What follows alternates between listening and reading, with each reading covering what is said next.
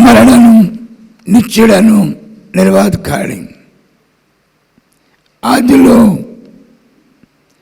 మీ పితల మధ్యలో సంచారం చేసి మీ పితలను నా కృపకు పాత్రం చేసి వారి చుట్టూ కంచేసి వారిని కనపరిచిన నేను ఇప్పుడు మిమ్మల్ని కూడా అట్టి స్థితి, అట్టి మహిమ, అట్టి ప్రభావం ఇచ్చి మిమ్మల్ని కూడా ఉన్నతమైన శిఖరాలు దాటించడానికి అంగీకరిస్తూ ఉన్నాం. ఇదే యెహోవాకు సర్వీసును కొందరములు. దేవుడి స్తోత్రాలండి. ఈ బైబిల్ చేత పట్టుకున్న తర్వాత ఒక విచిత్రమైన సంగ్రహం మనం వింటూ ఉంటాం. కొంతమంది దేవుడు నాతో ఉన్నాడు అంటారు, కొంతమంది ఆ విషయాలు అసలు మాట్లాడరు.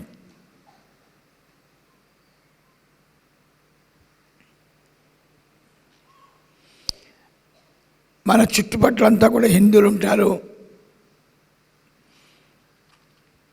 వాళ్ళు మనకంటే చాలా భక్తులుగా ఉంటారు. తపస్సులు చేస్తారు, యజ్ఞాలు చేస్తారు, యాగాలు చేస్తారు, క్రతువులు చేస్తారు, మరి గొప్ప మర్యాదకు చెల్లిస్తారు.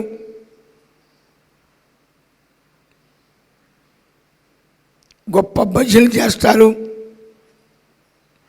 వారు ఎవ్వరూ కూడా దేవుడు నాతో ఉన్నాడు అనే మాట అన్నారు.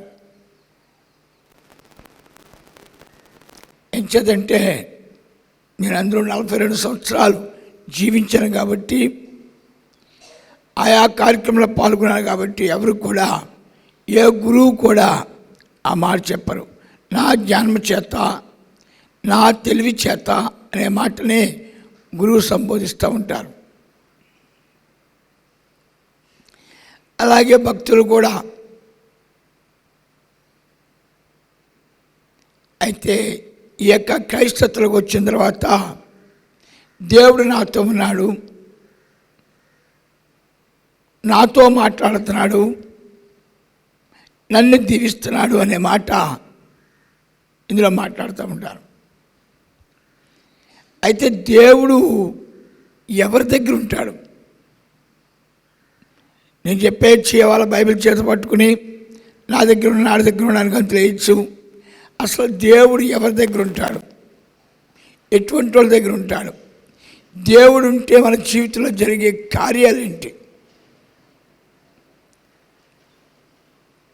అది చాలా ఆశ్చర్య విషయము. ఒకసారి ఈ యొక్క అజ్ఞానందకాలం నుంచి బయటకు వచ్చి యథార్థమైన మార్గాన్ని పరిమించడానికి దేవుడు మన మనోనేత్రాలు తెలిసి మనతో మాట్లాడడానికి అంగీకరిస్తూ ఉన్నాడు.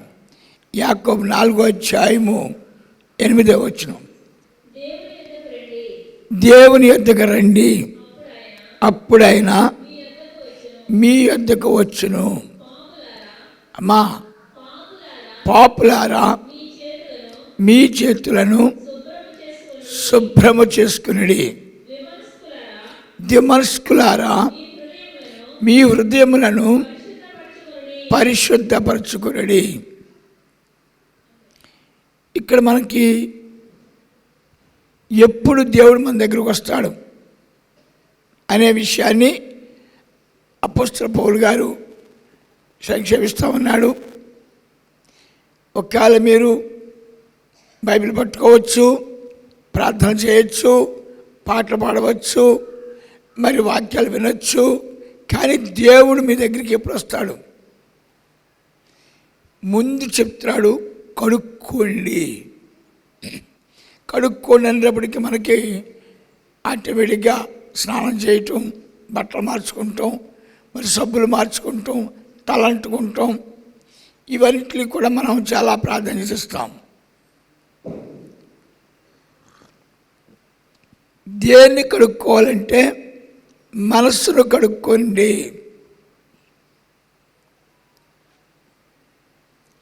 ముందు మీ మనస్సును కడగండి. మనస్సును దేంతో కడుగుతాం? ఎలా కడుగుతాం? ఎలా కడగలుగుతాం? మనస్సును ఏ విధంగా కడుక్కోగలదు మనస్సుని అన్నప్పుడు అపోస్తలుడు పౌలు గారు మరి ఆయన ధర్మశాస్త్ర బోధకుడు, మహానుభావులు, ఉన్నతులు, పరిశుద్ధమైన జ్ఞానం కలిగిన వాడు, అటువంటి మహానుభావుడు మీకు అందరికీ తెలుసు. ఇతను ఏం చేశాడో చూద్దామండి. అపోస్తలుల కార్యాలు 9వ అధ్యాయం 1వ వచనం చూద్దాం.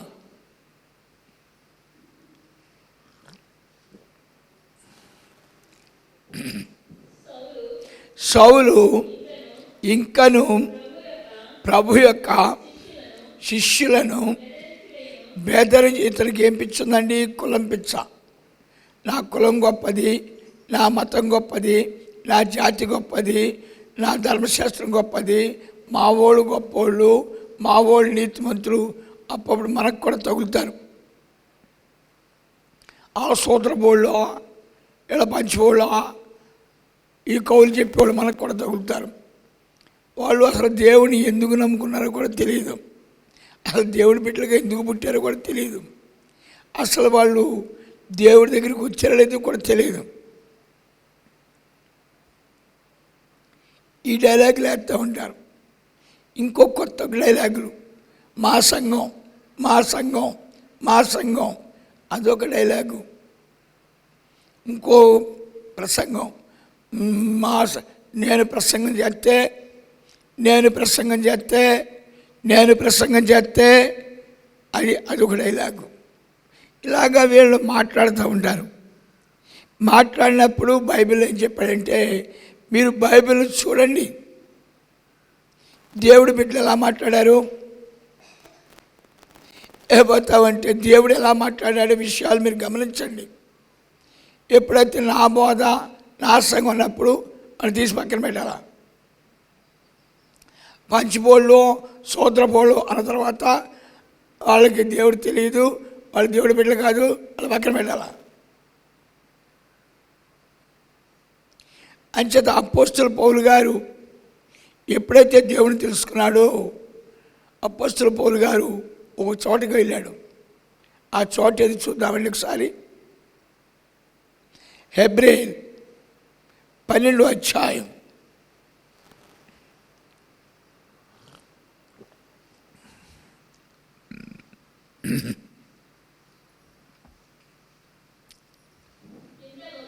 ఎంత గొప్ప సాక్షి సమూహము మా మేఘం వలె మనలను ఆవరించినందున, ఫస్ట్ చెప్తున్నాడు చూడండి నా అపోస్తలుడు పౌలు గారు. వాళ్ళందరూ కూడా ఒక గుంపుగా ఉన్నారట. ఆ గుంపంతా కూడా ఎలా ఉన్నారట అండి? మహిమతో ఉన్నారట. వాళ్ళు పరలోక రాజ్యంలో వాళ్ళు ఎలా ఉండేవారో, పరలోక రాజ్యంలో వాళ్ళు ఎలా జీవించేవారో, పరలోక రాజ్యంలో దేవుడి దగ్గర ఎలా జీవించారో, సేమ్ భూలోకము కూడా అలాగే జీవిస్తున్నారంట. వీళ్ళలో ఉన్న గొప్పదనం ఏంటంటే, ఎవరైనా తప్పు చేస్తే మొక్కువాట్లు లేకుండా హెచ్చరిస్తారట. ఇదిగో, నీవు కులాన్ని నమ్మినా, నువ్వు జాతిని నమ్మినా, నువ్వు ధనాన్ని నమ్మినా, ఈ లోకంలో అయ్యా మరి ధనం సంపాదన ఆశ కలుగున్నా నీవు నరకాన్ని చూడబోతున్నావు, నీవు దేవుని దర్శనాలు పోగొట్టుకున్నావు, పాతాళానికి పోతావు.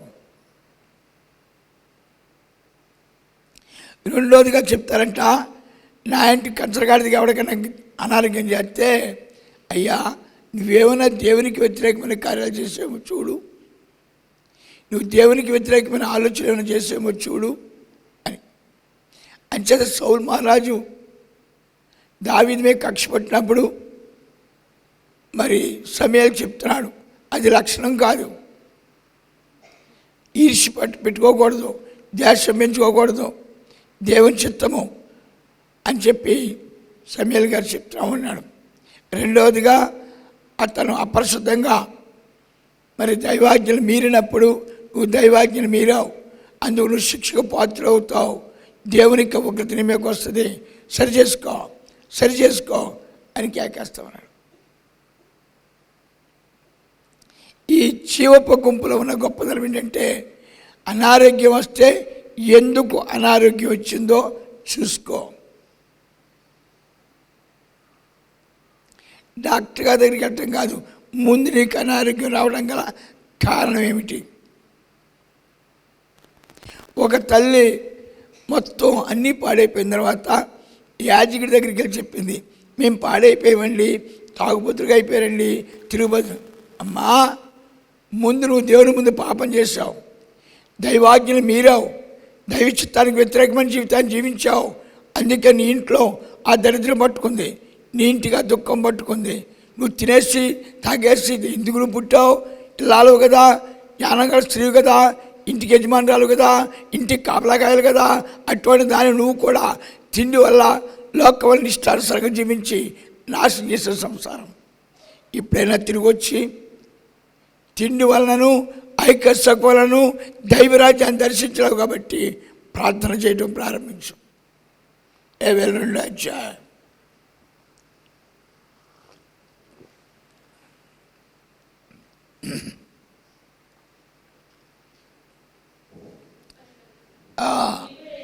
ఇప్పుడైనాను మీరు ఉపవాసముండి కన్నీరు విడిచచ్చు, దుఃఖించచ్చు. నీ ఇల్లు పాడైపోయినప్పుడు, నీ కొంపలు ఆశైపోయినప్పుడు, నీ కొంపలో దరిద్రం పట్టుకున్నప్పుడు, నా ఇంటి వాళ్ళని చాలామంది వస్తూ ఉంటాం, నా ఇంటి వాళ్ళ దగ్గర చాలామంది చెప్తూ ఉంటారు, నా ఇంటి వాళ్ళు చెప్తారు ప్రార్థన చేస్తున్నా మనీ కోసం. ప్రార్థన తప్పు నువ్వు చేయటం ఏంటి, వీడు ప్రార్థన చేయటం ఏంటి? బుద్ధి లేనాడు. ఎవరు చేయాలది? ఇల్లాలు చేయాలి. తన ఇల్లు పాడైపోయింది, తన కొంప నాశనం అయిపోయింది, దరిద్రంతో కొట్టబడుతుంది, తాగుబోతుతో నిండిపోయింది, ప్యాకాడుతో నిండిపోయింది. తిరిగి దేవుడి దగ్గరికి వచ్చి,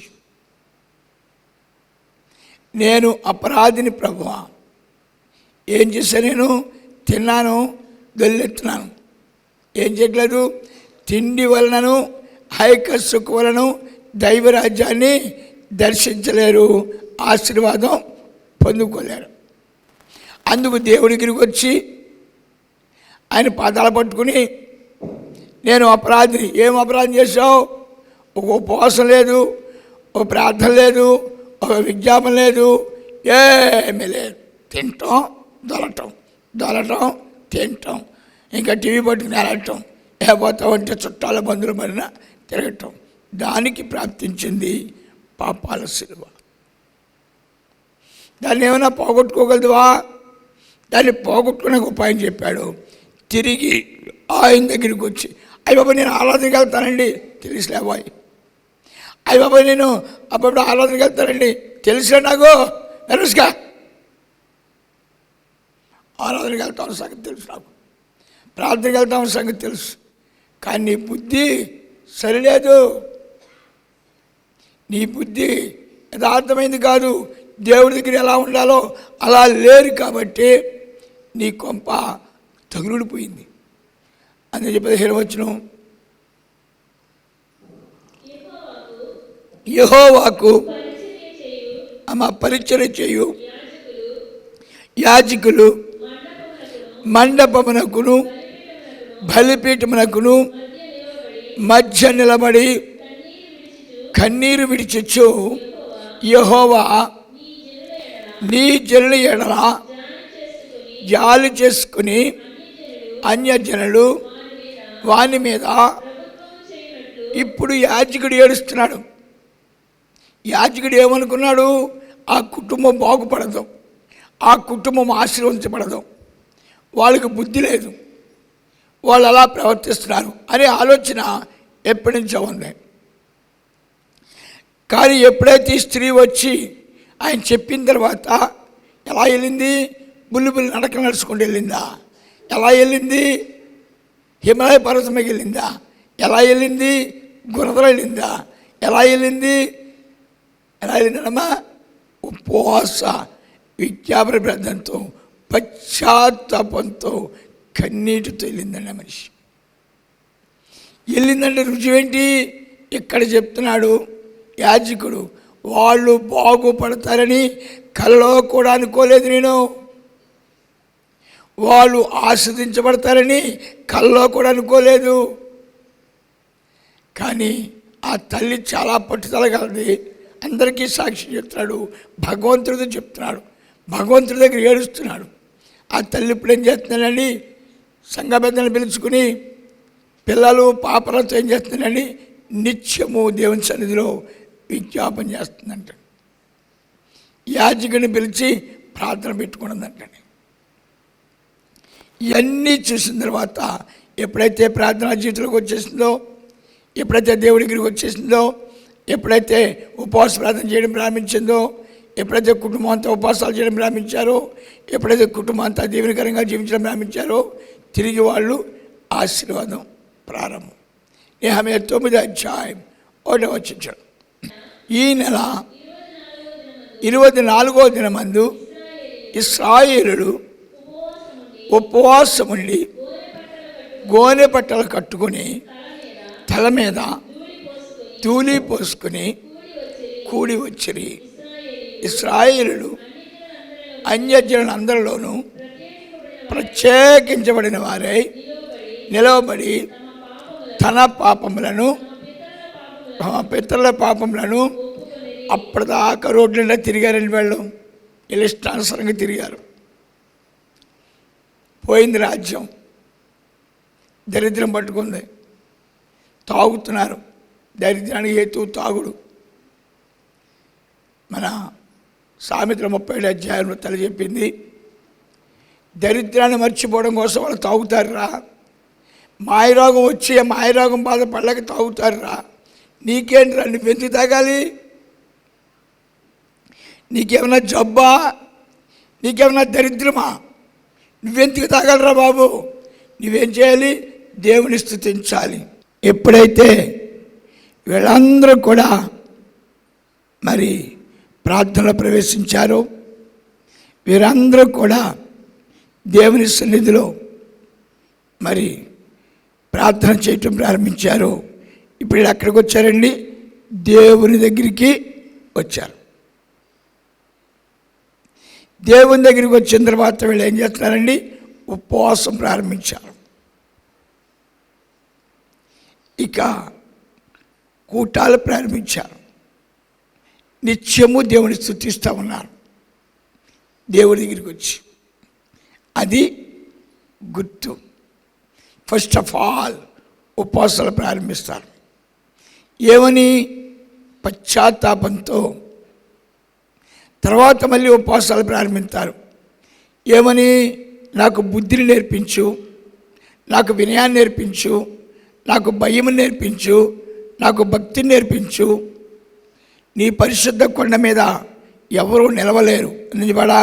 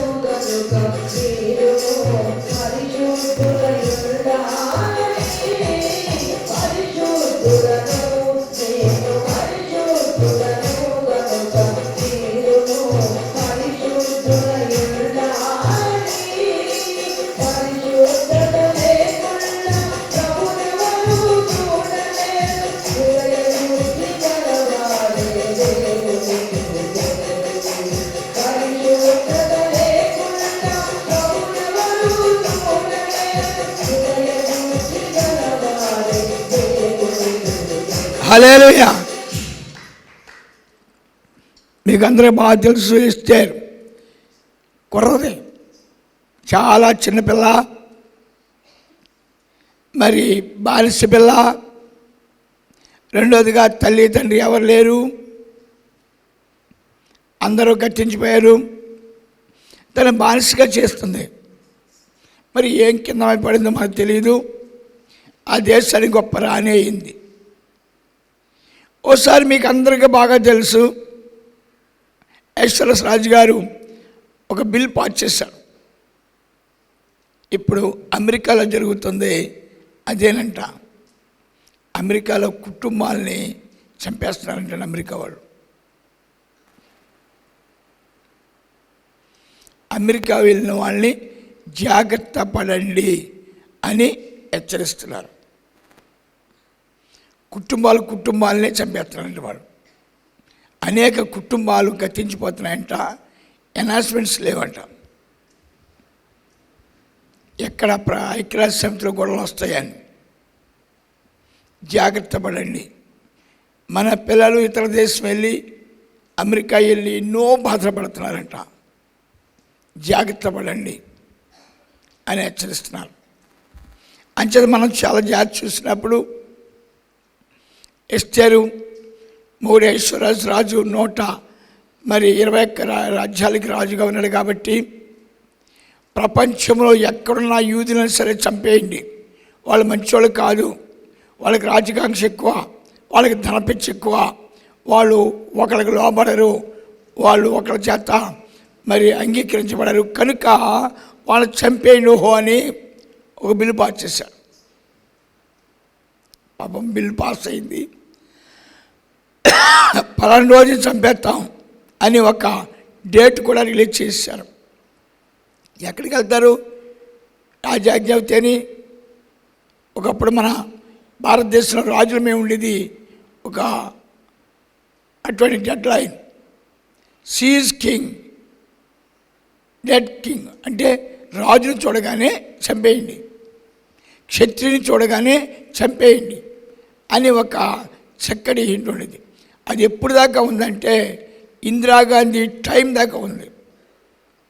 అందుకే మనకి రాజును చూసినప్పుడు డొంకల్లోనూ మారుమూలలోనూ రోడ్లు లేని స్థలాల్లోనూ ఎటువంటి ఇది లేని స్థలాలు రాజులు మరి ఉండేవారు. ఇందిరాగాంధీ వచ్చిన తర్వాత ఆ బిల్లు తీసేసింది. ఆల్ ఇండియా వన్, భారతదేశంలో అందరూ ఒక్కళ్ళే, భారతదేశం స్వతంత్ర దేశం, అందరూ స్వతంత్రంగా ఉండాలి అనే ఒక బిల్లు పాస్ చేసింది. అప్పుడే కాంగ్రెస్ ప్రభుత్వంతో అప్పటిదాకా కమ్యూనిస్టు రాజ్యాన్ని మార్గంలో పయనించిన రాజులు వెంటనే కాంగ్రెస్తో చేయగలిపారు. అప్పుడే హఠాత్తుగా వారి భూములు వాళ్ళకి రావటం, లేక భరణాలు తీసుకుంటాం, అనేక రకాలుగా ఇందిరాగాంధీ వాళ్ళకు అనేక రకాలుగా హెల్పింగ్ ఇచ్చింది. చాలా చిన్న చదువు చదివిన వాళ్ళకు ఉద్యోగాలు ఇచ్చింది. బిల్లు పాస్ చేసింది సీక్రెట్గా. రాజులకు వాళ్ళకి కావాల్సిన బృత్యాలు ఏర్పాటు చేయండి, వాళ్ళ శ్రమకాలం అయిపోయిందని చెప్పి. అలాగే ఇక్కడ ఈ రాజుగారు చెప్తున్నాడు, ఇజ్రాయెల్ పేరు చేతి యూదుల పేరు చేతి చంపేయండి. అదే టైంలో మరి మీకు అందరూ తెలుసు, ఎస్తేర్ దగ్గరికి వెళ్ళారు. నేనైతే నీ గురించి ప్రార్థన చేస్తాను, నేనైతే ఎమ్మెల్యే నా జేబులో ఉన్నాడు, నేనైతే పవను నా మాట వింటాడు, చంద్రబాబు నాయుడు దగ్గర నేను మాట్లాడొస్తాను, ఇలాంటి సొల్లి మాటలన్నీ చెప్తామండి. కానీ ఎస్తేర్ అలా చెప్పలేదు. మీకు ప్రాణమిచ్చేవాడు దేవుడు, మిమ్మల్ని కాపలా కాసేవాడు దేవుడు. మీకు ఈ శ్రమలు రావడానికి కారణం ఏంటంటే మీరెవరికి దూరంగా ఉన్నారు? దేవునికి దూరంగా ఉన్నారు, అందుకే మీకు శ్రమలు. ఎవరికి దూరంగా ఉన్నారంటే దేవునికి దూరంగా ఉన్నారు కాబట్టి మీకు దరిద్రము, మీకు దుఃఖము, లాస్ట్ని ప్రాణహాని. మరి ఏం చేయమంటావు? మీరందరూ కూడా ఉపవసించి దేవుడి సన్నిధిలో ప్రవేశించిన తప్పడు కొట్టండి. ఎక్కడికి వెళ్ళమని చెప్పిందండి? మీరందరూ కూడా ఉపవసించి దేవుడి సన్నిధిలోకి వెళ్ళి ఆయనకు మొరకి పెట్టుకోండి. ఆయన మొర ఆలకించే గొప్ప దేవుడు. వెళ్ళారు వీళ్ళందరూ కూడా. అక్కడికి వెళ్ళిన తర్వాత ఉపవసించడం ప్రారంభించారు. ఉపవసించడం ప్రారంభించిన తర్వాత దేవుడి కల్లోకి వెళ్ళి మాట్లాడి ఇశ్రాయేలు మన్నాను తప్పించి హామాను చంపించేశాడు. అక్కడతో వాళ్ళకు పట్టుకున్న అగ్రహణం లేక శని లేక సాతానుడు ఇశ్రాయేలును విడిచిపెట్టాడు. ఎప్పుడంటే వాళ్ళు ఉపవాస ప్రార్థనతో దేవుడి దగ్గరికి వచ్చినప్పుడు. వాళ్ళని చాలా కాలం గ్రహణం పట్టుకు ఏడిపించింది. వాళ్ళకి తినటానికి తిండి లేకుండా, వాళ్ళకి కట్టడానికి బట్ట లేకుండా, తాగుబోతులుగా తిరుగుబోయే భేదోళ్ళు ఎప్పుడైతే అయ్యారో తాగుతారని వేదం చెప్తుంది. తాగుబోతులుగా భేదోళ్ళు ఎప్పుడైతే జ్ఞానం కోల్పోతారు. ఆడి పిల్లని నీరు తీసుకొని ఈడి పిల్లని తీసుకొని యావగంతులన్నీ అక్కడితో కట్ చేశారు. కట్ చేసిన తర్వాత వాళ్ళకి ఏమి జరిగిందని చూసినప్పుడు ఎస్తేరు 10వ అధ్యాయంలో వాళ్ళందరూ కూడా రాజకుమారులుగా మార్చబడ్డారు. అంచేత నువ్వు బైబిల్ పట్టుకున్నా, నీవు దేవుడు నీ దగ్గరికి రావాలంటే నువ్వేం చేస్తే దేవుని దగ్గరికి వస్తాడు? ఏమి ఆలోచన చేస్తే దేవుని దగ్గరికి వస్తాడంటే, నీవు కోల్పోయిన శక్తిని మళ్ళీ పొందాలంటే నీవు ఉపవసించి దేవుడి దగ్గరికి రావాలి.